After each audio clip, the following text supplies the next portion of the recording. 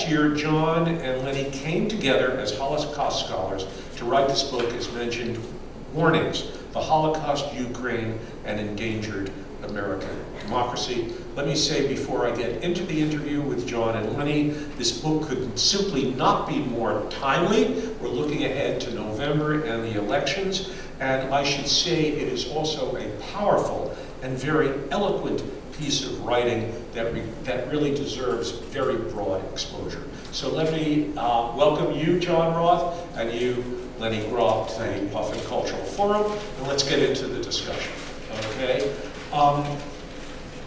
Let me ask, and it should be obvious, since the thesis funnels into the contemporary and urgent dangers to democracy that we confront, let me ask you, it's sort of superfluous, what was your initial motivation for writing this book? But I also want to lay out the fact that the book is organized in a very creative way. It's actually organized as a dialogue between John and Lenny, where one of them puts forward a premise and the other one questions some of the comments and observations that the other makes. It goes back and forth, and then they develop a consensual conclusion to each chapter, which we'll get into. So let me ask about the motivation at this time, which again I think is almost self-evident, but tell us in your own words what your motivation was and why you basically created this book in a dialogical format, which I think is very interesting.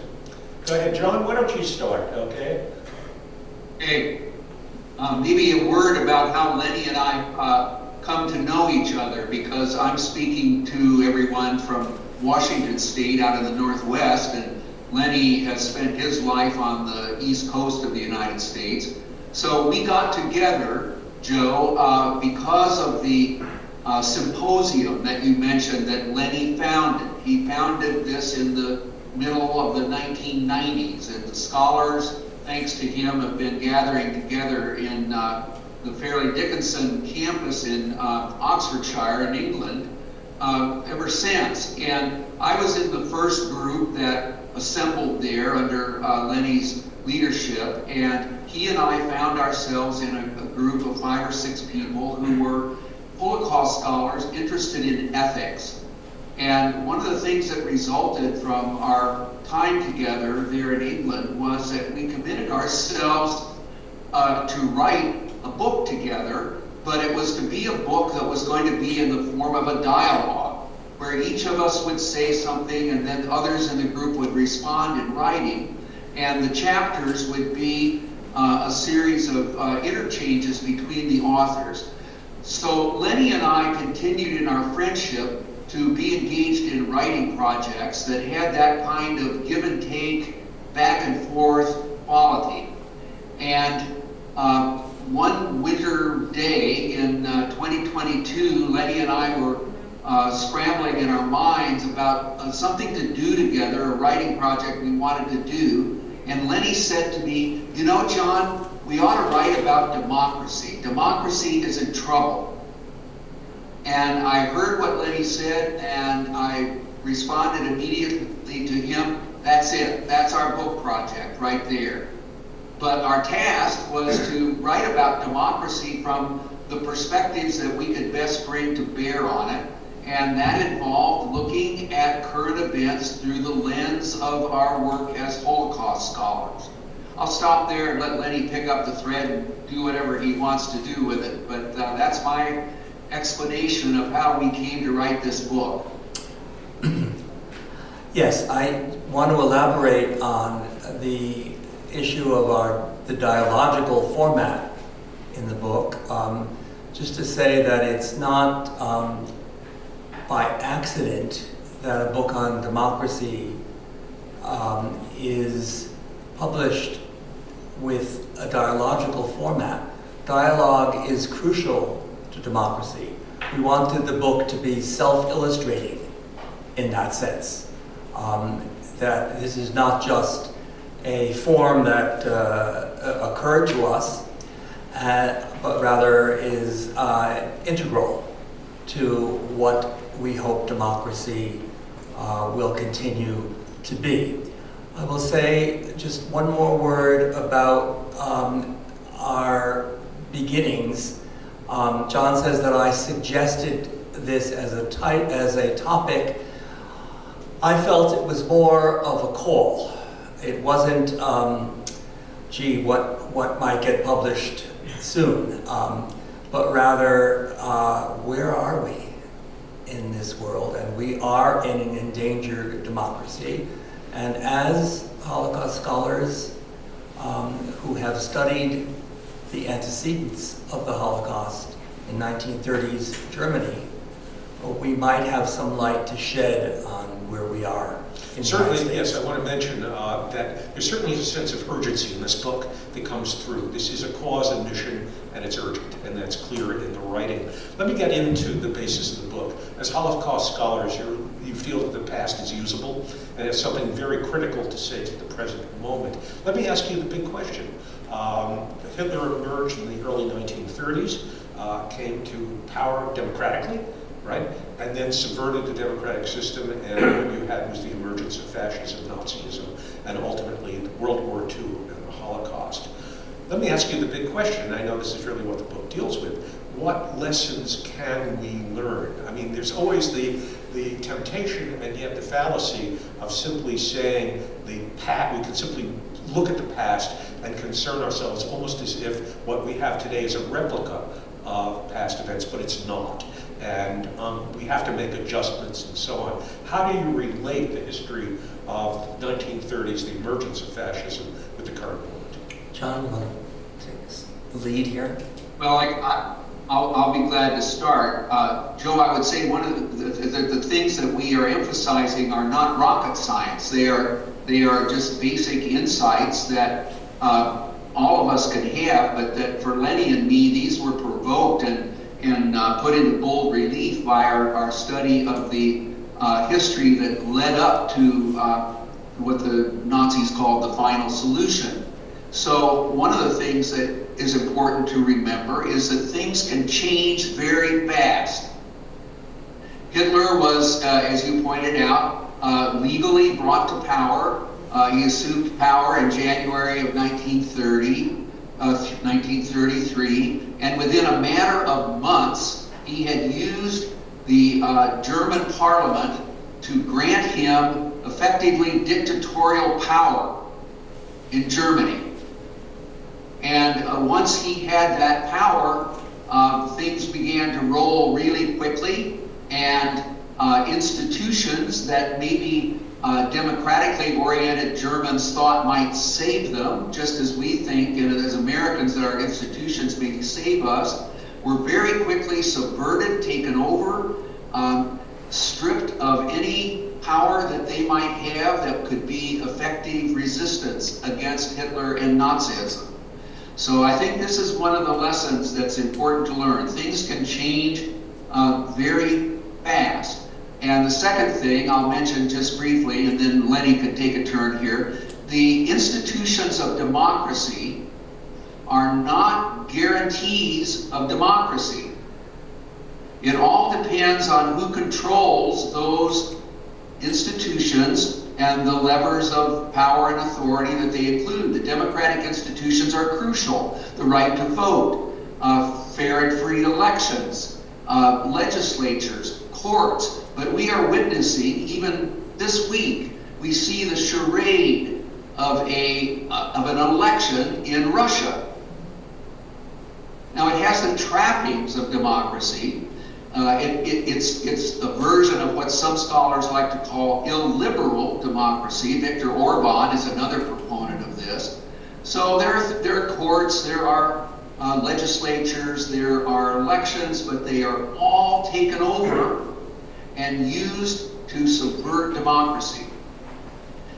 And Hitler, to him, was intent on getting rid of democracy. He loathed it, partly because he thought it was yet another thing that Jews had foisted on the world in a dangerous and invidious way from his point of view. So democracy had to go. Okay, Lenny.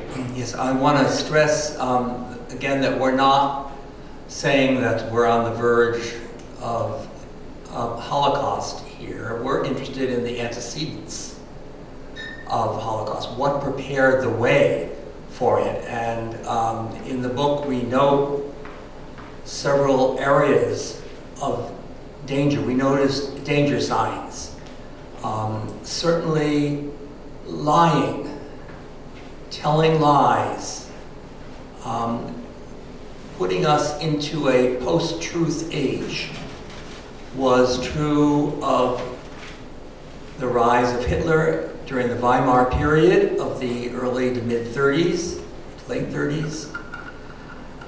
We see the lie writ large here with Donald Trump. There is no longer any easy way to distinguish a lie from the truth. We see that there was a great deal of bystander behavior during the Weimar Republic. I like to say that, when Jewish doctors were no longer allowed to practice, when Jewish attorneys, when Jewish bankers had their fellow professionals said, there will be no medicine practiced in Germany until our Jewish colleagues are given back their posts. And had the lawyers said the same and the bankers the same, there would likely not have been a Holocaust. And today we see bystander behavior writ large in the Republican Party. We see the essential takeover by Donald Trump of the Republican Party, and we see some people who we thought were good people. We see how they have been taken in and failed to raise objections to what Donald Trump is doing. So these are just a couple of the warning signs that interest us a great deal. Sure, and the book is dedicated to really laying these out with great detail and specificity. There are many. Okay, I'm sure we can't cover all of them, but I want to hit on some of the high points. Your book is dedicated to various chapters, right? And the first substantive chapter deals with philosophy, which should not be a surprise since both of you are philosophers. But I was a little surprised. A point you raise is that philosophers were silent, essentially silent. You blame them, people in your own profession, during the 1930s in terms of the emergence of authoritarianism and fascism. Well, the question, and philosophers ought not to be silent today, right? The question I have is that, philosophy is sort of, John and Lenny, sort of relegated to the academy. And it seems to me that the academy, by its nature, has relatively little traction in society at large. But I know that, having spoken to you, prior to this interview, that Lenny in particular, I don't know John's view, but Lenny feels that he understands philosophy in a particular way. And he feels, in that sense, philosophy needs to be relevant to the current moment. So let me turn to Lenny first and then get to John in terms of your understanding of the importance of philosophy in terms of offsetting the development of authoritarianism in America at this moment and preserving our democratic institutions, sensibilities, and values.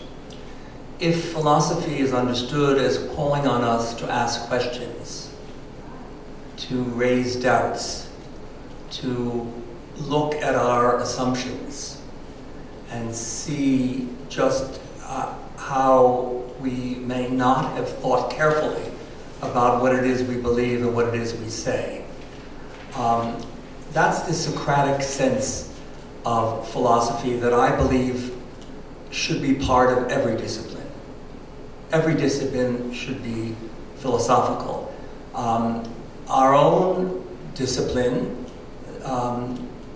has people who are truly philosophical in the sense in which I've just described it, and others who are academic in the narrower sense of academic, and who fail to do this. So being a philosopher in the academy guarantees nothing.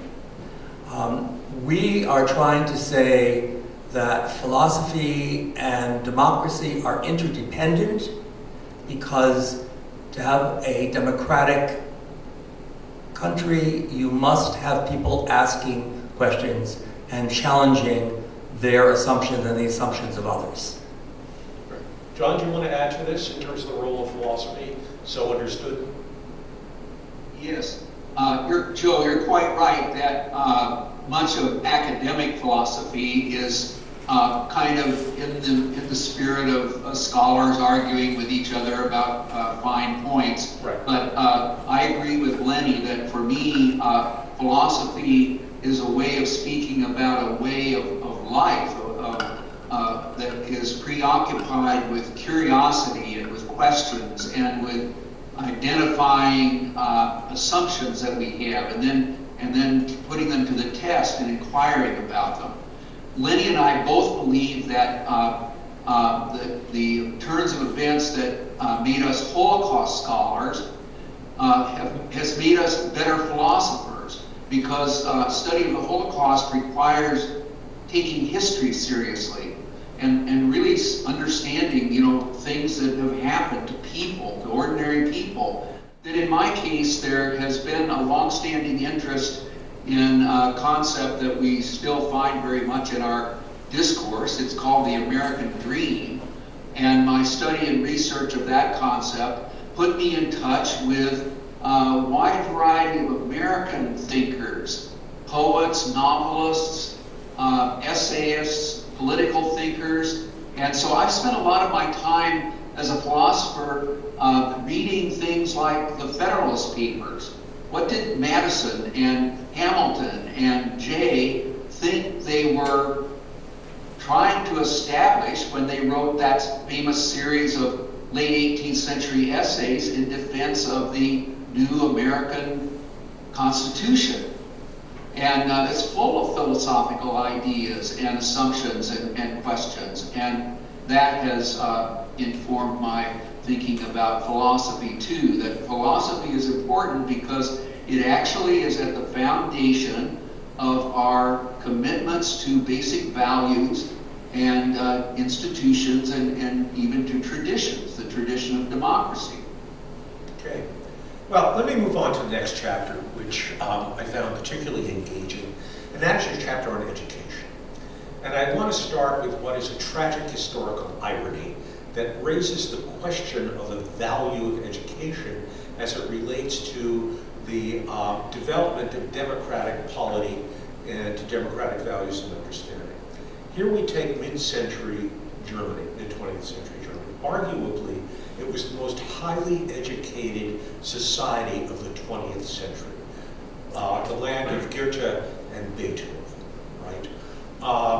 You point out, and I think this is an important historical fact, that the Wannsee Conference of 1942, which planned within a few hours the final solution that would lead to the total liquidation of the Jewish population of Europe, was planned by 15 people, Nazi operatives, high-level operatives, sitting around a conference table working this out. As you point out, of those 15, 8 of them had PhDs, okay? The question, it seems to me, and this is a tragic thing because I believe in education. I've been an educator. You're educators. You believe in the power of ideas. You believe in the power of molding minds. And you hope that through broadening and deepening one's understanding and having more knowledge in education and the capacities of critical thought, that those values would be applied to the maintenance of a civilized, decent, and democratic society. But here in Germany, you had, let me state bluntly, exactly the opposite. The most highly educated population used their brilliance to basically create networks of killing factories to efficiently eliminate and annihilate the largest number of people in the quickest time at the cheapest cost. It was a perversion of education. So it seems to me that education, we can argue, is necessary, perhaps, but not sufficient. That education has to go on within the context of a larger matrix of political, social, economic realities on the ground. I want you to address that. I want you to address the value of education in terms of sustaining democracy, because I would like to believe in it, okay? That's my first question about education. How does education work to preserve democracy if and when it does? And I'm using, again, Nazi Germany as the negative example, and you could not find, I think, a more powerful negative example to the effect that education itself does not guarantee a decent democratic polity and way of life. John, you want to take the first crack at this? Okay. Well, I'll take a crack that will cut against the grain just a little bit, Joe, because I would say that in order to commit genocide, certainly the Holocaust is a case in point, in order to do terrible things on a global scale, you have to have educated people to do that. They have to be technologically competent. They have to be experts in how bureaucracies work. They have to be able to bend existing institutions to do the bidding of an authoritarian leader, let us say. So unfortunately, education is not a simple panacea for the ills that we face, because education can actually contribute to them. And yet at the same time, education, as all of us agree, the three of us for sure here, is essential for the well-being of democracy. But it depends on the quality of the education. An education that burns books, as was the case in Nazi Germany, or as some want to do in our own country today, ban books, is not an education that's auspicious for defending democracy. Likewise, an education that is not steeped in, immersed in ethical considerations may be something that can actually contribute to the demise of democracy. One of the things I often thought about when I was teaching my students, I was teaching them how to think, I was teaching them how to criticize, how to ask questions. Now that's all well and good, but we are seeing in our own day how even something like asking questions can be used to undermine trust, undermine confidence in institutions. You know, we've heard Fox News reporters go off on wild tangents, and they'll cover themselves by saying, well, I'm just asking questions. But the purpose of the questions in their case is to subvert confidence in institutions and to undermine, in my mind, democratic ways of living and being. So everything hinges on the quality of the education that we do. And Lenny and I found Nazi educators who said that the purpose of education in Nazi Germany is to produce Nazis. Now, they have a way to do that, and education can do that. But education in the service of democracy has to resist that and be operating on a totally different plane. I certainly agree with what John has just said. Education in the 30s was not the education of Germany as the epitome of the best that Western civilization can produce, with its Beethoven and Goethe. Education, starting with the late 1920s and certainly into the 30s, was very authoritarian. There was no meaningful dialogue in the German classrooms of the period that we are talking about. You're right, John, that asking questions is not in and of itself a guarantee that democracy is going to be preserved. When Fox News talks about asking questions, they know the answers already. The kind of questioning that I'm talking about is questioning where, of course, the teacher is the more experienced learner, so the teacher has something to contribute, but the teacher doesn't have necessarily a fixed answer in mind. There is open dialogue where the more experienced learner helps to bring forth, to educate the students, to emulate the modeling that the teacher is doing. So I think that Dewey says, John Dewey, who certainly is the leading American philosopher on education, Dewey said that the classroom is not to prepare students for democracy. The classroom is a way of exercising democracy. If the classroom doesn't model democracy, then it's very hard for students to leave that classroom and become active participants in preserving a democratic state. Okay, I want to ask one specific question about education and get your opinion as to whether my point of view or my concerns are relevant or not. And that brings us up to the moment. Democracy is threatened, and I've read many articles and books on the threat to democracy and why that's the case at the current moment. Most of these books deal with sociology, changing demographics. America doesn't feel like home anymore to older white people. It's changing. Neighborhoods are changing. We'll soon be a minority-majority culture. People want to feel at home. They don't feel at home any longer. Moreover, one could argue the American dream has stalled, okay, if not for people themselves, their children, which causes a sense of hopelessness that leads to a type of inward parochialism and inward turn. You get tribalism, division, xenophobia, and so on and so forth. I understand those things. I think those analyses are compelling. One thing I do not understand, and for which I have not read a compelling analysis, okay, this may relate to education or maybe it doesn't, is the pervasiveness of irrationality in American society at the current moment. Okay, tens of millions of people adhere to the big lie.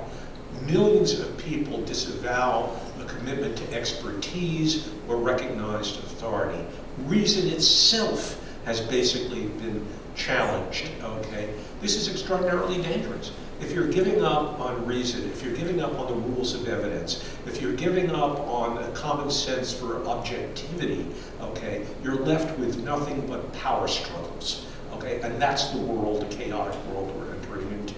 I do not understand how tens of millions of Americans have embraced this pervasive irrationality and effectively have lost their minds. And if you can believe, if that is the case, you can believe that Jews run the world. If you can believe in QAnon conspiracies, you can believe in anything. It's very, very, very frightening, okay? How do you explain this? The question I'm leading to here is, and I would not put great stake in this, but I'm wondering if just a small part of it may have to do with the deficit of adequate education. Maybe we'd be a little bit better off if applied ethics, critical thinking skills, dialogical approaches to knowledge, as you're talking about, were better presented in our schools. I don't think that's the major reason. I think sociological and economic analyses are more cogent, more thicker than education alone, but I'm wondering if we can still fall back on giving education some credit, or the failure of education, in terms of leading to a type of pervasive irrationality in American life. I'm wondering what your thoughts are on that. John? I'll start, Joe. You've asked a fundamental and vast question, and I would presume to have a recipe answer to it. But I think there are a couple of factors that are important here. I think the way the world it sits at the moment is one that easily produces fear in people. And it produces a sense of grievance and loss. And where those situations exist, then, and this is why antisemitism has always been at the ready for circumstances like this, people look for some kind of remedy, if not explanation, for the plight that they're in. And the remedy, lo and behold, presents itself very often in the form of what we're often referring to these days as a strong man. Somebody who can fix it, as Donald Trump likes to say. And where he adds, at least in his earlier campaigning, I alone can fix it. So I think it's a combination of fear that is grounded in the sense that the future is bleak, and my opportunities are declining, and a sense of grievance that, people, institutions are working against me, not for me, and that is what leads to the hope in a strong man. Now, how do you combat the very conditions that are present there? Well, I think combat is the right term to use here. You have to try to refute the beliefs that are at play, and that involves talking with people if you can. But you also have to combat the victory of those ideas, and this is where basic things like how do we resist these temptations that loom large. And for Lenny and me, this requires at the bare minimum a commitment to voting, to supporting political candidates who stand for democracy and who stand for rules of evidence and the rule of law and things of that kind. Lenny, do you want to add? Sure. I'll take a crack at it. I think human nature is very elastic. We have in us the potential for wronging the other, for everything up to and including mass murder. We also have within us, in this plasticity, there's no such thing as human nature as such. We create our human nature, and there is the possibility of recognizing our interdependence, of valuing the other, of love, and so on. Donald Trump and others in the world right now, it's not just a problem in the United States, it's a global problem. They are appealing to that part of ourselves that wants to tear things down. When Trump lies, people enjoy, that part of the people listening enjoy the tearing down. They feel that somehow they feel nurtured in that. I think that what we need to do to combat it is to recall and, in a living way, the better part of ourselves. I've thought that one mode of resistance that is at the basis of all other forms of resistance is to be kind. If we're going to combat Trumpism, we need to begin by combating it by acting kindly, by listening to the other empathically, by exhibiting compassion, that side of ourselves. Yes, I think so. I might just my own gloss on this. I think one of the strongest aspects of Trump's appeal is his commitment to transgressions. He transgresses boundaries. I mean, everyone walks around feeling a little bit bad about themselves in the world, but in effect, out of civility, keeps those things under wraps. Trump gives you permission to transgress. And I think for a lot of people, that emotional outburst, that eruption, is extremely appealing, and so on and so forth. But, we have to counteract it with reason. And I remember a quote from Freud. He said, reason or intelligence speaks with a soft voice, but there's something very peculiar about it, and that is it doesn't rest until it gets a hearing. And I think we have to remember that we have to fall back on kindness, decency, and our reason, and hold firm to that, and hopefully it will get a hearing, even in these dark times, right? Not to let go of that. I want to move on. You have one chapter, and this really did speak to me as a student of religion. You have a chapter on religion. And I know John is, as I believe you are, consider yourself a religious person and go to church and so forth. And Lenny is a more secular guy, but has a deeply steeped, and I think in what we might these days call spiritual values, coming out of his philosophical commitments. I look at Martin Buber and I Am Thou and Emmanuel Levinas, who were mainstays, and his commitment to the face of the other, and so on and so forth. So there's a religious sensibility you both have. Let me just say a little bit.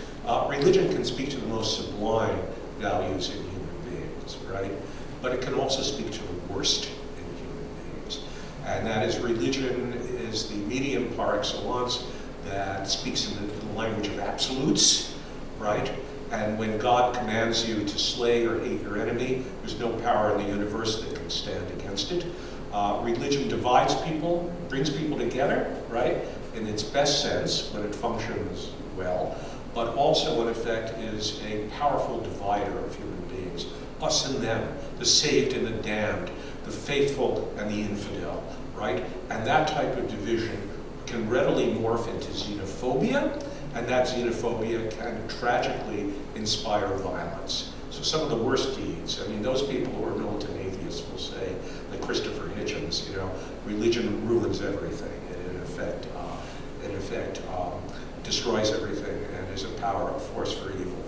Okay, it's got a strong case. It's not a totally compelling one, but there's a lot of evidence there if we look for history. You talk about history in the current moment.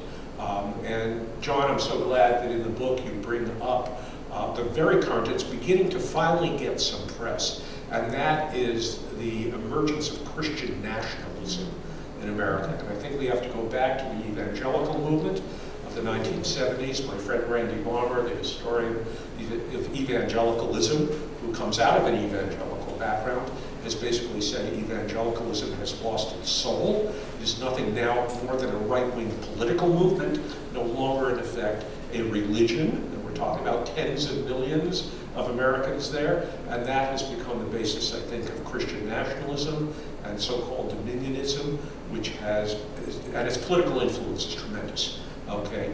According to Randy, and I agree with this, there was no stronger, more powerful political move in the 20th century than when, in the late 1970s, evangelicals became repoliticized. Remember the moral majority, friends? And so on and so forth. And it's moved the American political landscape far to the right. And believe me, it's chock full of irrationality and so on and so forth, which is, I think, feeds the type of irrationalism that I talked about that I find so worrying.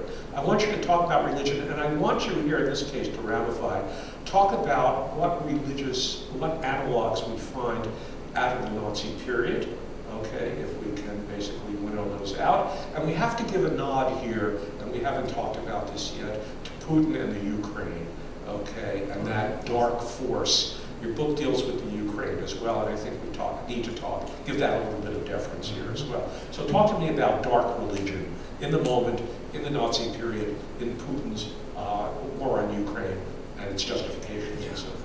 John, take the lead here. Yeah, lots of questions. Okay, I will work toward my own identity as a kind of quarrelsome, alienated Christian at this point in 2024. That's how I would identify myself religiously. But I want to go back, as Joe, as your question suggested, when Lenny and I were thinking about, okay, what do we see when we look through the lens of the Holocaust and the antecedents of that disaster, what do we see? Well, one of the things we see clearly is that a lot of Christians in Germany were staunch supporters of Hitler. The category in scholarship that refers to them is they're German Christians. That is, these were Christians who bought into the kind of idea that there was an Aryan race that was superior to others. They even tried to depict Jesus no longer as a Jew, which wouldn't work, but as an Aryan, fitting their own racial mythology. And they were very important in supporting the cause of Hitler and the antisemitism that was so deeply embedded in the Third Reich. There was in Germany a dissenting minority of Christians. One of the figures who was a leader in that movement is a name still widely known today, Dietrich Bonhoeffer. He lost his life because of his resistance against Nazism out of his own, Christian conviction. So we see in that history already that religion, as you indicated, Joe, can be a divisive phenomenon, and more than that, it can support autocracy, it can support antisemitism, and it can even help to pave the way toward genocide. So in Ukraine, the situation we have there is that Putin's invasion and his ongoing war against the sovereignty of Ukraine and the democracy of Ukraine, it has the blessing of the Russian Orthodox hierarchy in that country, because that religion has, like religion sometimes does, a kind of imperialistic agenda. It wants to be in on the control and the power and the influence that you would think would just be a political matter, but very often in history has also involved religious practices and beliefs. So in our own country, as a quarrelsome, alienated Protestant Christian, I am horrified and scared to death of what we are calling Christian nationalism, which often has the term white Christian nationalism attached to it because it is racially driven in certain ways. And this is our equivalent of the German Christians who supported Hitler and Nazism. Christian nationalism in the United States has a vision of a society that is controlled by a certain version of Christian thinking. And for example, it's this form of Christian thinking that led to the debacle that the state of Alabama is facing, because a judge who represents this kind of thinking decreed that a fetus is a child, which, it fuels the idea that human personhood begins at conception. And that's a religious persuasion of some kind. It isn't one that all Christians by any means would hold. Certainly not all Jews would hold it. But there it is, and it's wedded now to the political life of our country, with amazing implications for the autonomy and freedom of American women. Right. I'll stop there. Yes, I think we have to, when we talk about the dark forces of authoritarianism, we have to talk about misogyny, which is clearly a component, right? The suppression and oppression of women goes hand in hand with the emergence of authoritarian dictatorial regime. I think all authoritarian societies Right. Are misogynist, and certainly women are the first victims of the authoritarianism. Right. Let me just make one little gloss on the religious character of our politics.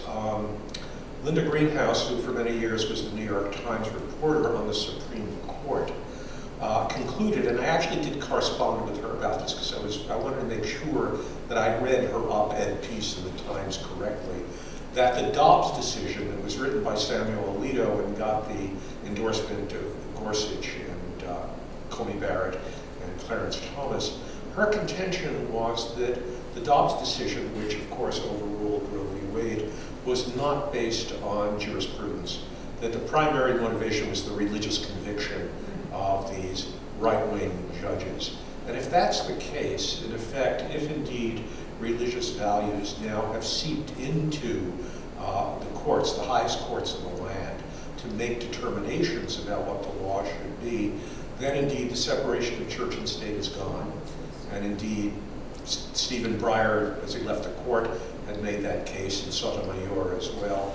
This is not good for the perpetuation of a free society. I'm just wondering if I don't think we can say enough about this, but John, do you have any further comments on the place of right-wing religion in American life at this point? At American Well, I just would add that I think you're absolutely right that the Supreme Court is very much predisposed to a version of free expression of religion that blurs separation of church and state in a way that cannot be good for a pluralistic, inclusive democracy of the kind that Lenny and I are interested in defending, and that we think at its best American democracy is about and should be for. So it will be a difficult uphill climb to resist and to stand firm against that kind of blurring of the separation of church and state. How do we do it? Well, I think there will have to be continued actions taken in the legal system, in the court system, to bring cases that might lead to a change of outlook. And there has to be a drumbeat from within the American populace as a whole about what Americans actually want and what we think is right and good. We're seeing some signs of this in the current debates over abortion and the freedom of women to have autonomy over their own bodies, and it's making a difference. I think it will make a difference in the way people vote and perhaps in the outcome of elections. But we've dug ourselves into a hole here that will take some time to get ourselves, extracted from it. I would just add, and this goes back to your concern, Joe, about irrationality, that adherence to religious dogma has substituted thought according to the bar of reason. It seems that this is one of the places we can most easily discern a turn away from democracy, is the way religion has exercised undue influence. We're in trouble. Yeah, let me just say things again, very concerned about religion and its relationship to politics. I think we can conclude that the mainline Protestant churches, as well as Reform and Conservative Judaism, for example, continue to uphold what we call the values of the Enlightenment.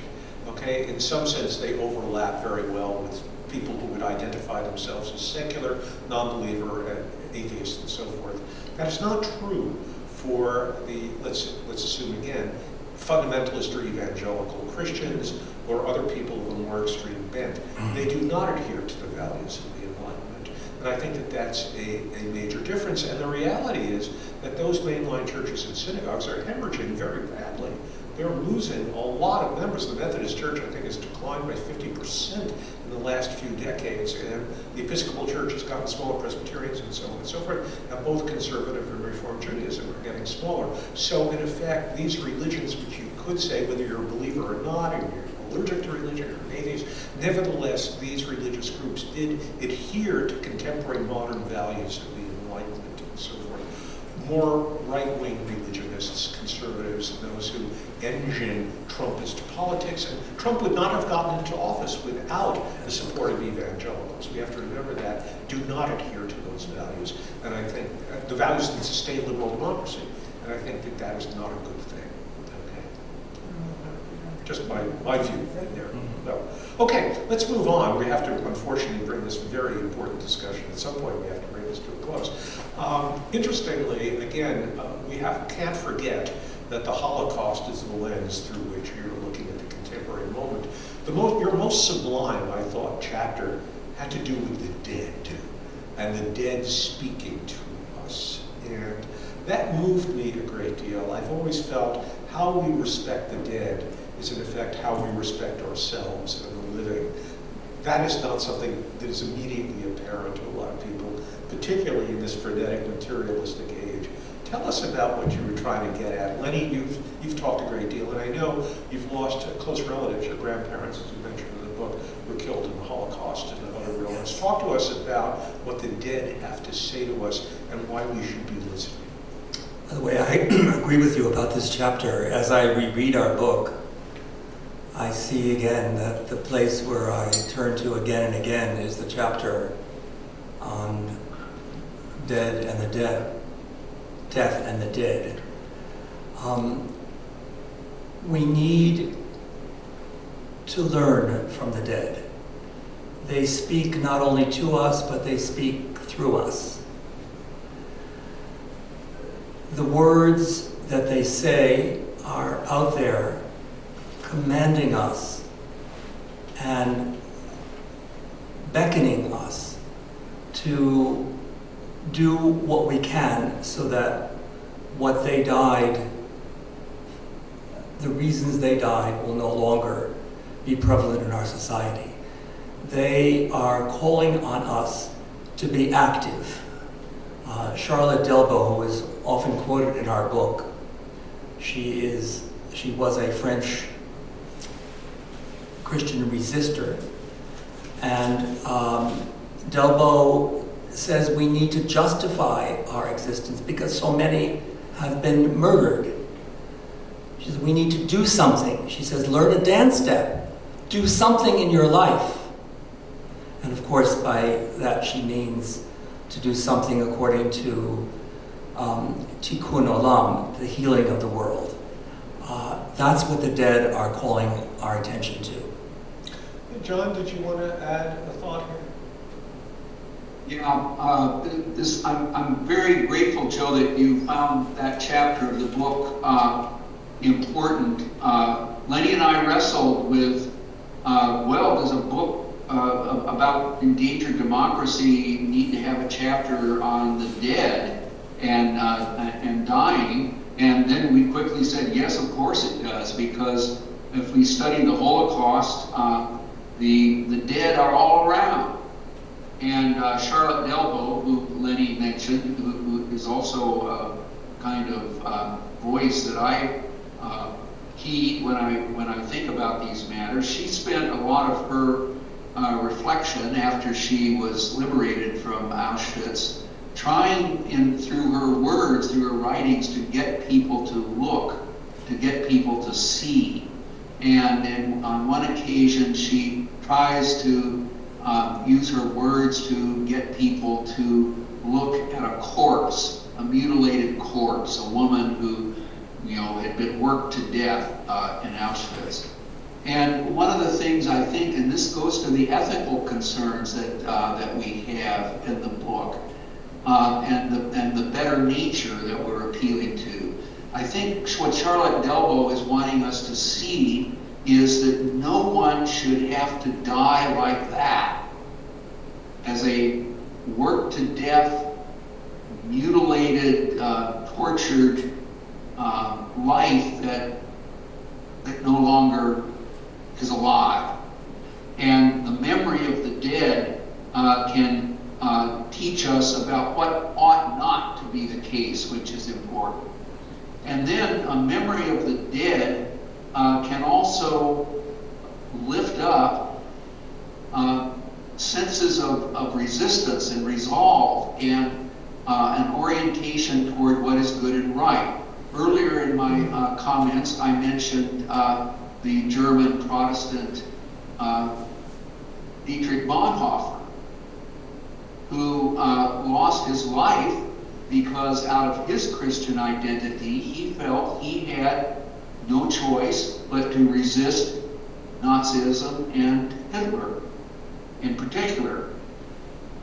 And he paid with his life, but in the process, he is an example for us, someone to keep in mind, who shows that it's important to stand up for what is right and good. And then Lenny and I both have been moved very much by rescuers of Jews during the Holocaust who did that work at the risk of their lives, sometimes losing their lives for the sake of rescuing others.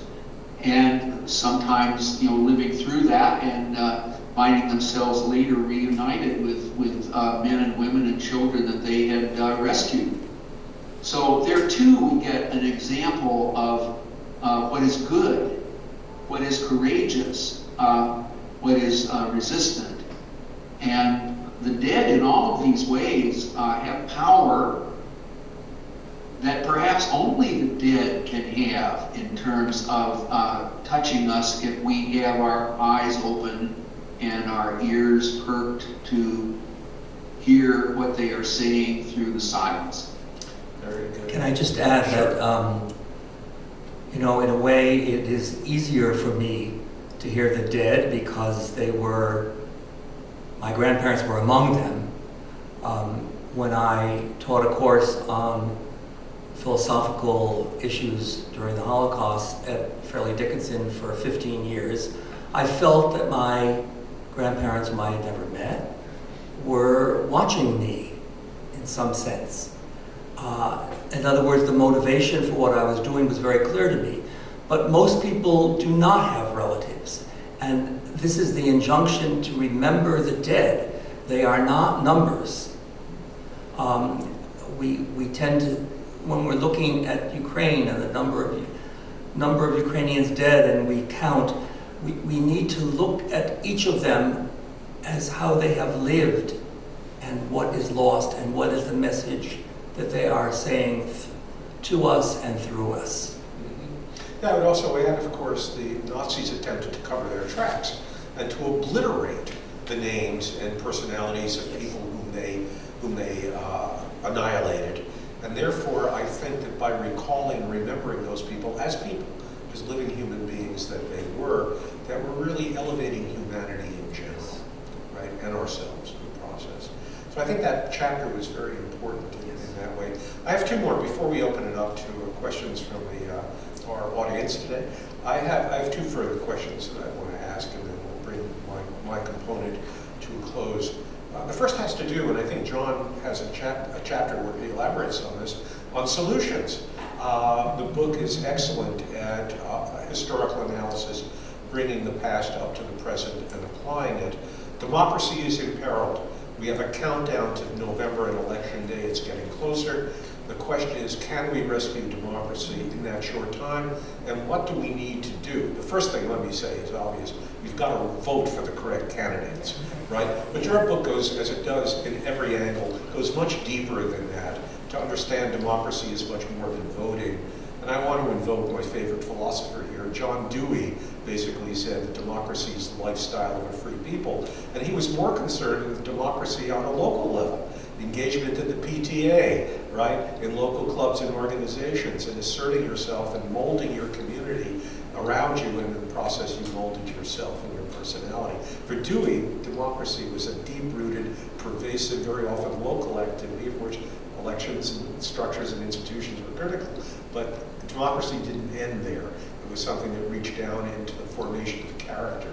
I'm wondering if you can talk, it's pretty fanciful, but what can we do at the moment and looking forward between now and November to try to rescue democracy, lest we fall into the American experiment be over? And I think democracy, look, I'm not an optimist, I'm not a Pollyanna here. I think democracy is standing at a precipice. We could very well lose it in November. Right. I think each of us has to begin from where he or she stands.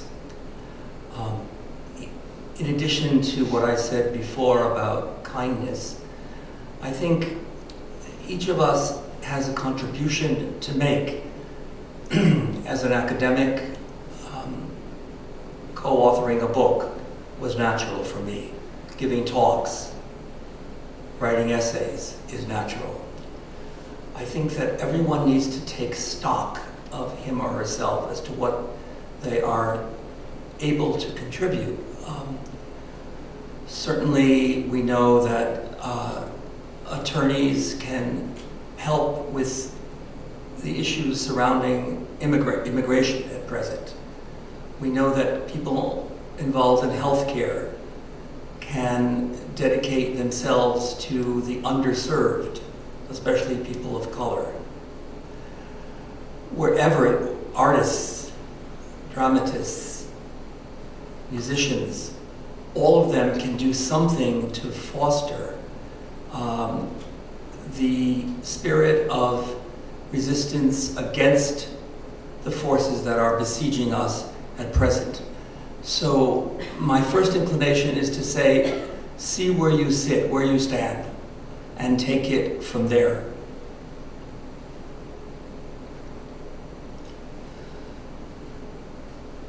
John? You want me to take a shot at your Please. question too? Okay.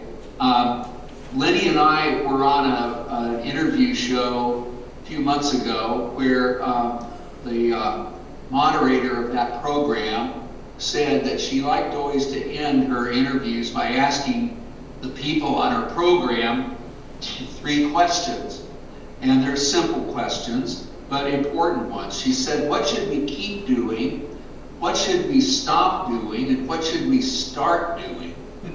And this was in the context of, how do we respond to the endangerment of American democracy? So Lenny and I both, did our best on that particular occasion, but I keep thinking about those 3 questions, and my answers tend to come out on the same page, but they're not identical depending on, how events have been moving. So I'll answer each of those questions, but preface the 3 answers by saying that one of the problems we face in defending democracy is that it won't work to defend democracy undemocratically. That is, I think we can't resort, in at least where we are right now, by using violent means to attack the people who are opposing democracy. We have to use, more conventional, standard approaches, but we really have to use them. And that leads me to the 3 questions and my answers to them really quickly. So what should we keep doing? I think we have to keep informing ourselves. We have to keep learning. We have to keep educating. We have to keep our eyes and ears open so that we are as well informed as we can be about what's going on and about what's true and about what has evidence to support it and what does not. What should we stop doing? I think we should stop taking so many good things for granted. There's a very important article that I read just earlier today. It comes from the Yale historian Timothy Snyder, who has been in the news quite often commenting on Ukraine. He writes a kind of series of essays on Substack outlet that he uses, and today his article was called The Strong Man Fantasy. And in a nutshell, what he's saying is that Americans are failing to use their imaginations about what it would mean and how their lives would change if we move increasingly toward an authoritarian, dictatorial leadership in our country. And you can get the essay just by Googling Timothy Snyder and the Strongman Fantasy. And one of the things you can do to keep well informed is to read what Snyder says, because his experience, based on where he's lived and worked, is that when dictators take over, the quality of life for ordinary people like us declines massively, including probably the freedom to have a conversation like the one we've had this afternoon. So we should stop taking so many things for granted, get out of a sleepwalking mode, and get beyond failures of imagination and take stock of what it would mean if our democracy is savaged and we have an authoritarian political regime here. And then what should we start doing? Well, here, there's not rocket science about this. My answer would be start doing something you haven't done before. Maybe that means supporting a political candidate that you haven't given to before. Maybe it means making sure that a free press has a future by subscribing to a newspaper or a magazine that you haven't subscribed to before. There are small things that can be done that turn out not to be small, and particularly if they are widespread, they can add up to have a significant impact on the future and health of democracy in the United States. Okay, I have one final question that appeals to me, I guess, out of my conviction and background as an ethical culture leader. And that is, you talk about the importance of developing virtue and character, which gets back to something I think John said at the beginning, and that is institutions alone will not save us. Institutions need to be supported by people who are committed to them, who understand them, who make supple use of them, and so on and so forth. And I think it was the founders, okay, and this takes me back to the 18th century, put great stock with something we don't talk about very much, but I guess I have an affinity for the 18th century, and that is the cultivation of virtue. We need people of substantive, virtuous character in order to sustain our democratic way of life and our institutions. The institutions alone are formal and hollow. They need to be supported by human beings who relate to them in robust, correct, creative, energized ways. Talk to me about, burrow down, okay, away from the superstructure of institutions, down into the recesses of human character and the development of virtue, and its essential fabric for the maintenance of democracy. I'd like you to comment on that. I think it's critical. I place a great emphasis on parenting. I think this is crucial, as I think the entire educational curriculum, K through higher education, graduate education. But parenting is critical. Parents have to model the best that human beings can be. Often that means breaking from a tradition of the way you were parented. It's a kind of revolution that can happen in each family, and fortunately there are those who were parented well and they don't have to go through any revolutionary movement. But I think that learning how best to parent, how best to model a virtuous life is going to be critical, and that should be extended in the classroom. It's all one continuum throughout life, and it doesn't stop in graduate school either. Even if it's less formal, we need to learn from one another about living virtuously. John. I would turn to the fact that Lenny and I, in our long careers as college professors, had the privilege, the responsibility, the opportunity to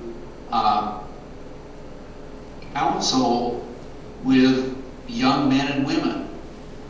And very often, those conversations, which were more in the mode of listening than, speaking, were really about questions like, what really makes a good life? What's the right thing to do? What are we like when we're at our best? Are we doing the best we can? These are simple questions, no rocket science about it. And the philosophical element here is that when those questions confront us and we respond to them, then it's also important to interrogate the responses. And through that kind of dialogue process, which is where our conversation began this afternoon, there's a tradition that says something like insight or wisdom or understanding may be amplified and it may grow. And I think that's part of what we need to do more of with each other and from one generation to another. Parents are important, grandparents are very important, and then, of course, we all know that we need more people in our place that uses us than just immediate family. We need good teachers, caring professionals, and good friends. Part of a good life is honoring and cultivating good friendship. And democracy is about that too.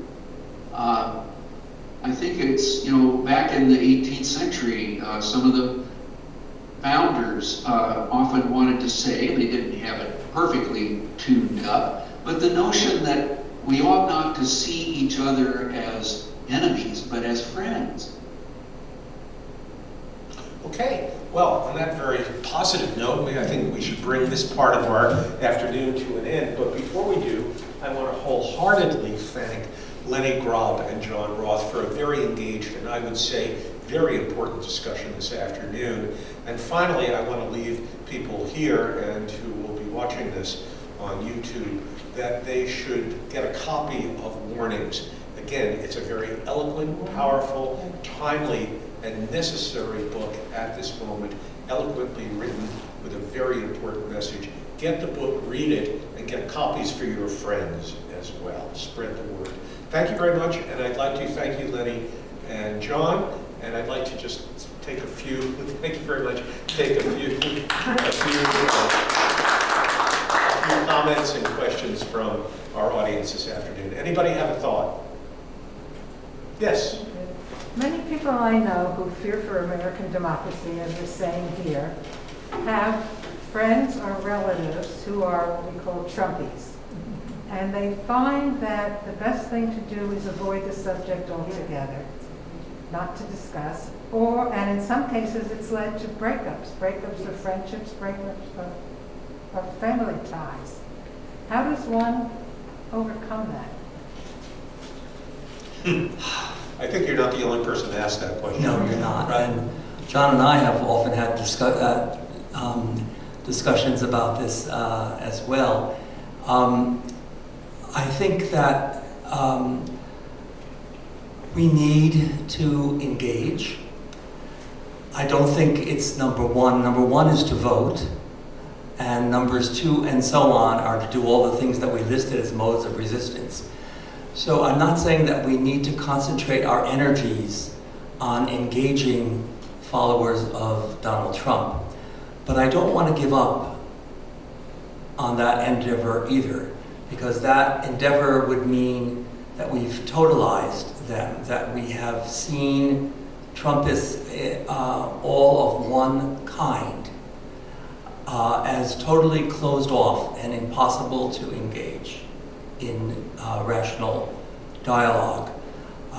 That kind of totalization is what the Nazis did with regard to Jews. We don't want to totalize all Trumpists. I think that we can begin by trying to find commonalities, talk about the grandchildren, talk about things we might have in common like gardening, to find, starting with the periphery, and only then very carefully moving inward toward where the essence of the disagreement lies. John, any thoughts? Any wisdom for us? Really, just to echo what Lenny has said, I think at this point in 2024, my attention is more focused on who will win the elections that are coming in November. That's where I'm putting my main energy.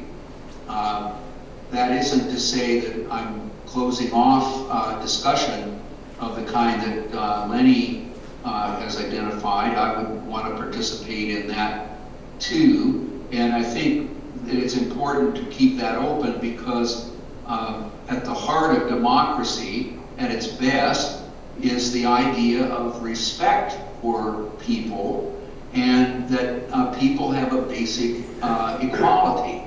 So we can't, this would fit into the pattern I was saying earlier, we can't defend democracy by becoming anti-democratic, but we can certainly participate openly in elections, and it's very important to do that, and vote the way our conscience tells us, and in relationship to what we think is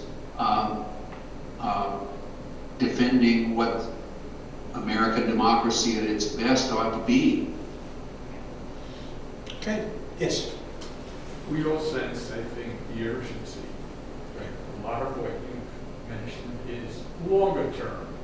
So can't he understand? We need something that happens soon, now. Right. What's the role of the press, religious leaders, community leaders in this effort? Okay. What's the role of the press, community leaders, and religious leaders in this effort?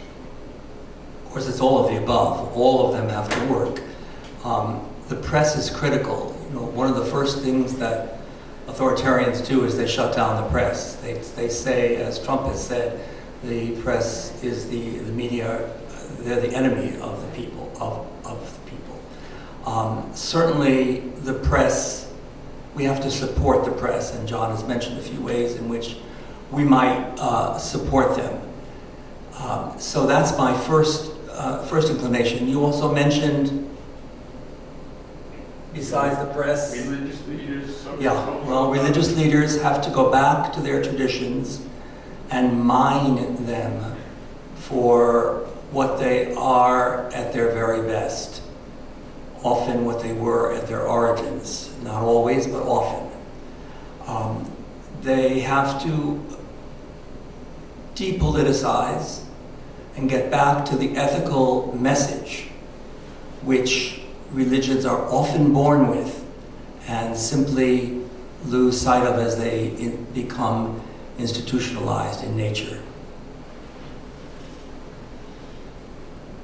I think back on the Christian nationalism topic that we addressed earlier this afternoon, my sense is that the leadership in the white evangelical community is perhaps more diverse and less slavishly devoted to Trump than it has been. We'll have to see about that, but I follow as much as I can kind of the pronouncements that are coming out from the leaders of that tradition, and it seems to me that they're a little more circumspect and critical of Trump than they were in 2020. I'm hoping that's true. Additional questions? Yes. I am so puzzled by the Christian evangelical right wing to accept what this man is doing, who is so blatantly anti all of the traditions that they espouse to. He is I don't even want to elaborate, but all of the things that he does are anti-Christian, anti-fundamentalist, anti-ethical, all of those things. Where and how has he been able to survive all that and come out as being the spokesperson that these people honor?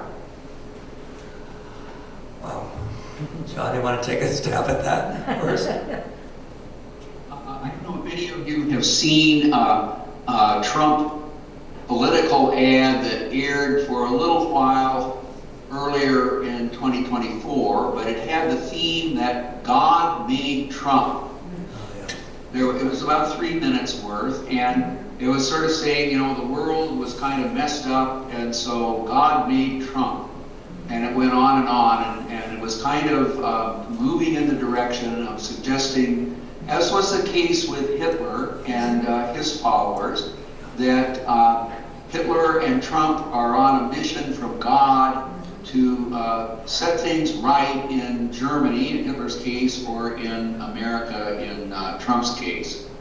So these are playing on themes that often have the quality of saying that God sometimes uses unusual, maybe even hard to imagine people to advance the right causes.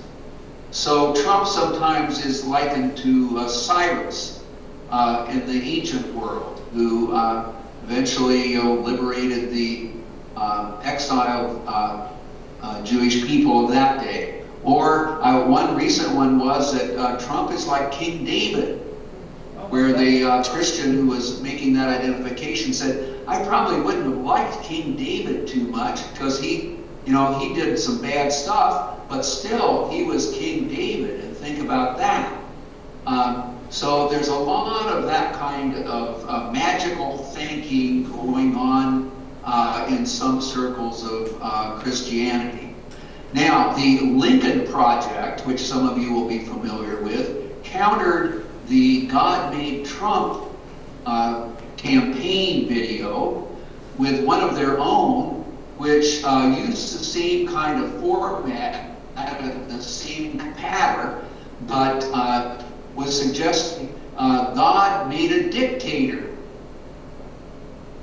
And God made a dictator for this reason or for that reason, but then it ends by saying that God made a dictator to test you, meaning the American people, and until you cast him out, you have failed. So this was, to me, from a kind of religious point of view, an interesting turning of the tables with video campaign material, where no, God didn't make Trump. God, if anything, if we're going to go down that road, it looks like we're in the process of getting a dictator. But the point is that until you cast that person out, you fail. And democracy will be worse than endangered. It will be gone. Yeah, I'd like to make a comment on that, if I may, if I can chime in a little bit. The history of Christianity is very long and very complex. There have been many Christianities. You have, to make a long story short, you have on the one hand the Christianity of Jesus, the Prince of Peace, okay, but then you have what you might call Constantinian Christianity, which is Christianity of the sword, okay. Constantine basically made Christianity the official religion of the Roman Empire and made it a dominant force conjoined with the political force of the Roman army and the Roman state of the empire. That's a form of Christianity too. And throughout its history, you've had various versions of that. Early 20th century had something called muscular Christianity, where Christianity was identified with a type of macho, patriarchal, head of household sort of ethos, and so on and so forth. So Christianity, we tend to think of Christianity, we tend to think of Jesus, the moral teacher, and the prophet, and all those good, humane values of caring for the poor, the orphan, and so on and so forth, and loving your neighbor. That's not the whole story of Christianity. There have been other forms of Christianity which dovetail more readily with the type of, really, from my point of view, repugnant and hateful forms that are coming out of, again, the Christian right and the, Christian nationalists and fundamentalists. So that puts your question in a different type of context. Better. So he's out to, in other words, like he's a tempter. He's he's the Antichrist. Whatever. Yes. Sure.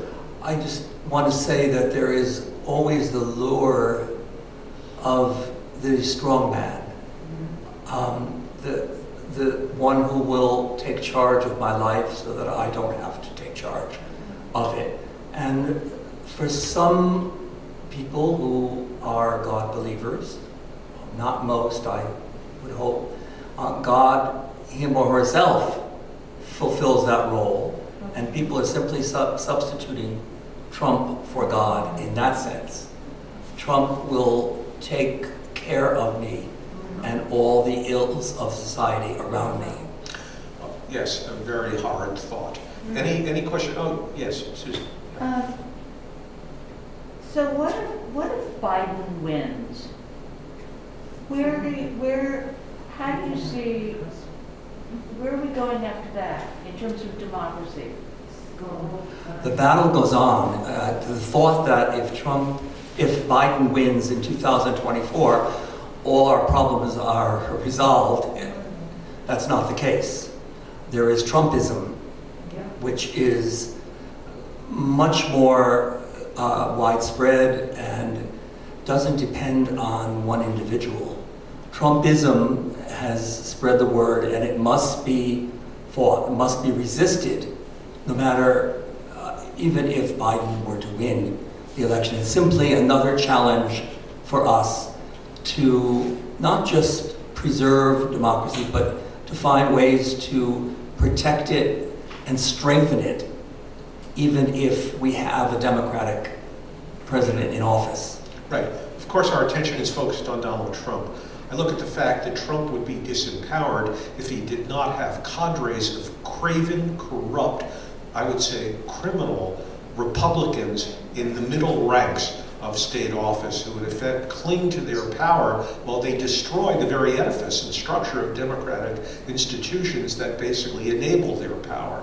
It's a horrible contradiction, and in effect, these people are as, how should I say it, as blameworthy, okay, as Donald Trump are, maybe even worse, okay, and that's what will remain. Those people will remain there, and in effect, exert their authority, their power, and so on and so forth. So yes, Trumpism is a far broader phenomenon than Donald Trump, and there will be plenty of work to do in terms of building a viable, healthy democracy.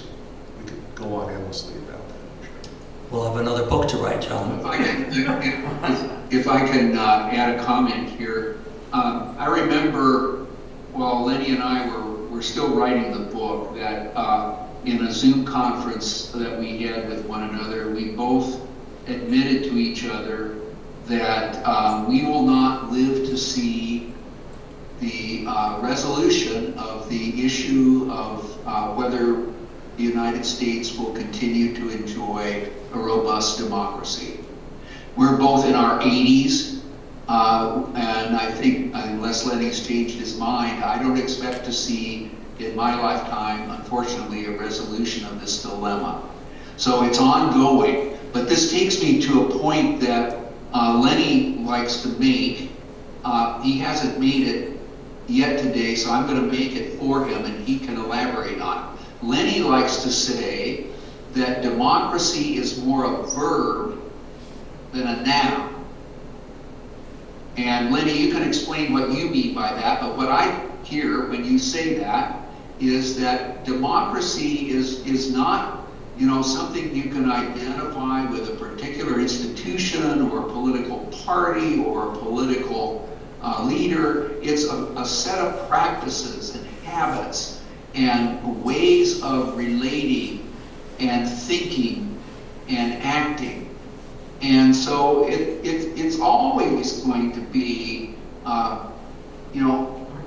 up for a debate and discussion, and the question of what its future will be is a perpetual question, not something that we can answer once and for all. We won't see the end of this. We, though, will have to answer the unspoken question, or perhaps even spoken, of our grandchildren, who will say, what did you do during this time? Or our great-grandchildren, or the grandchildren of others if we don't have grandchildren ourselves. We have to be responsible in our time in order to protect generations to come. They will have their own work to do. Okay, fine. I think maybe we should bring this long conversation to an end. So let me end again by thanking John Roth all the way in Washington State and Lenny Grob right here in Teaneck, New Jersey. This has been a marvelous, engaged, and very important conversation. It's a conversation we need to continue. Thank you so much.